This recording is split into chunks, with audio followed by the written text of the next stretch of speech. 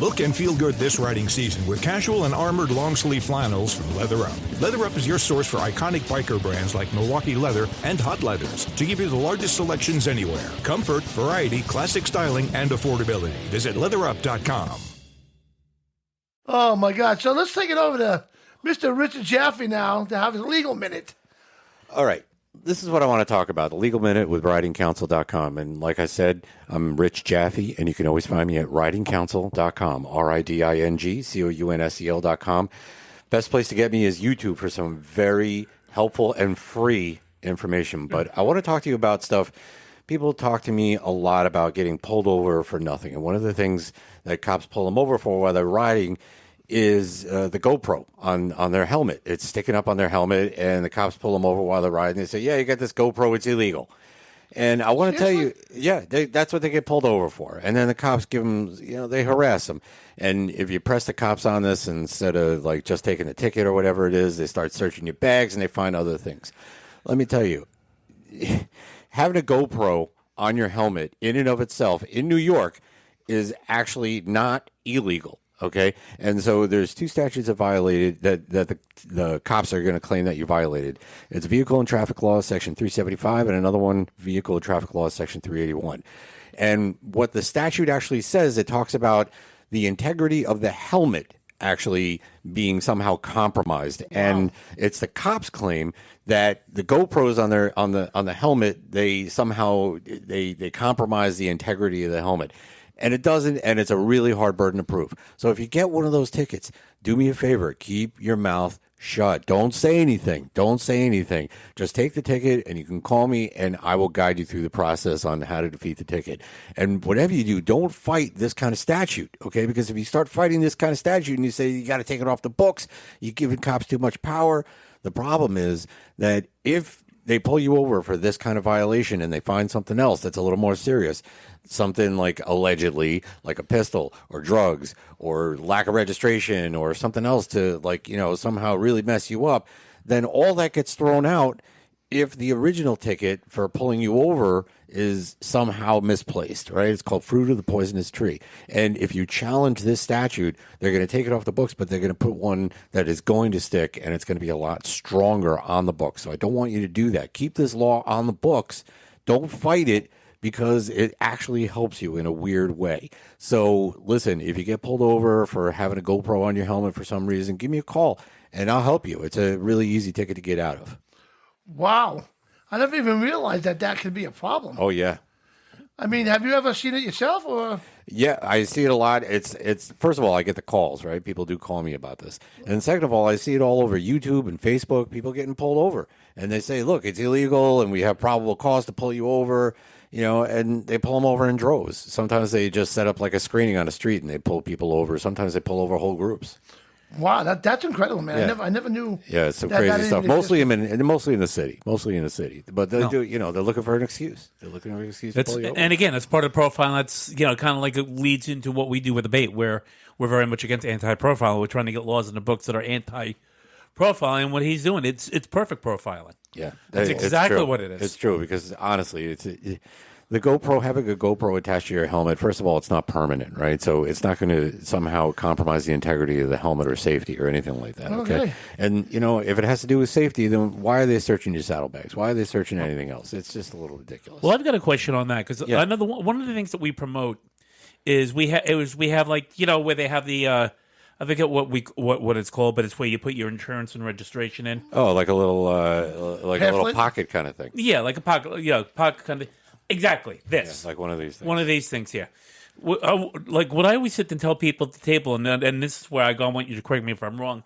When they pull you over, if they look for your registration and your insurance, I always say keep it on your vest, keep it in your pocket, because if you keep it in your bag, the second you open your bag, you're giving the officer permission to look through it. As long as you don't open that bag, they can't ask you, they can't force you to open your bag without That's true, without a warrant. Without a warrant. Right, because it's in plain view. Anything in plain view, if the cops see it, then, they can go. That's So my gonna give them question: possible. so as probable long cause. as you don't open the bag, can they force you to open the bag? No, not unless they have a warrant or some sort of probable cause that something is hidden in there. Like, so Okay, if that's- they find you with like a bag of drugs, they're like, Well- okay, where else are you going to have drugs? So that's when they're going to open your saddlebags and stuff Right. like that.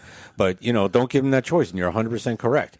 I mean, I even carry a copy of my stuff, right? A copy of my license, a copy of my registration, a copy of my insurance in a completely separate area on my bike that is just dedicated to that. But you're 100% right. If you keep it on your vest, but you have to make sure that it's in an area that also can't have, like, it can't fit a pistol, right? Because you don't want to stick your hand in there, and then they're going to say, okay, well, be easy with the hands, and you make them nervous. So put it in like a pocket like that can't really fit like a pistol, like maybe like your chest pocket or something like that. You could just pull it out, very accessible, give it to the officer and say, here you go. Don't open your saddlebags. Well, that's a great tip, man. That's awesome. I never even knew something like that. So, Along those lines, though, I wanted to ask a quick question if I could. Yeah. Along those lines, now, a lot of people nowadays, they keep their insurance on their cell phone. Now, if I hand a police officer my cell phone with my insurance on it, can he go through my cell phone? Well, you don't necessarily want to open your cell phone because, the officer may or may not admit that he's messing around with your cell phone. You definitely don't want to leave your cell phone. You don't want to have your cell phone out of your own hands. No, I don't. So it's probably best to take a picture of it, right, and have it in a separate area of your phone. And this way, you can only show that thing. He can't go into your other apps and stuff like that. But, by and large, it's generally a much better idea to have a printed copy of your insurance and put it somewhere that is, accessible to you, and you don't have to open your saddlebags. You don't have to, reveal anything on your phone. That's what I do, because I definitely don't want. I'm not handing my phone over to him to take it to the car or anything like that. Right, right. Yeah, you definitely don't want to do that. You don't want to do that, and if I got to call somebody, I want to be on the phone calling a lawyer, and if I have to. who are you going to call? Right. Counsel.com. Oh yeah. You gotta. That's your man right there, man. You go to my website. There's a click to call there, so you can always get me. I'll be on the other end of the phone.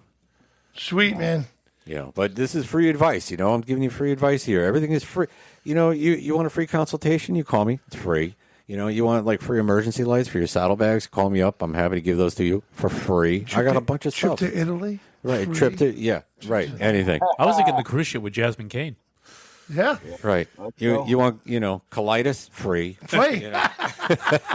What areas do you cover now? Do you cover the whole?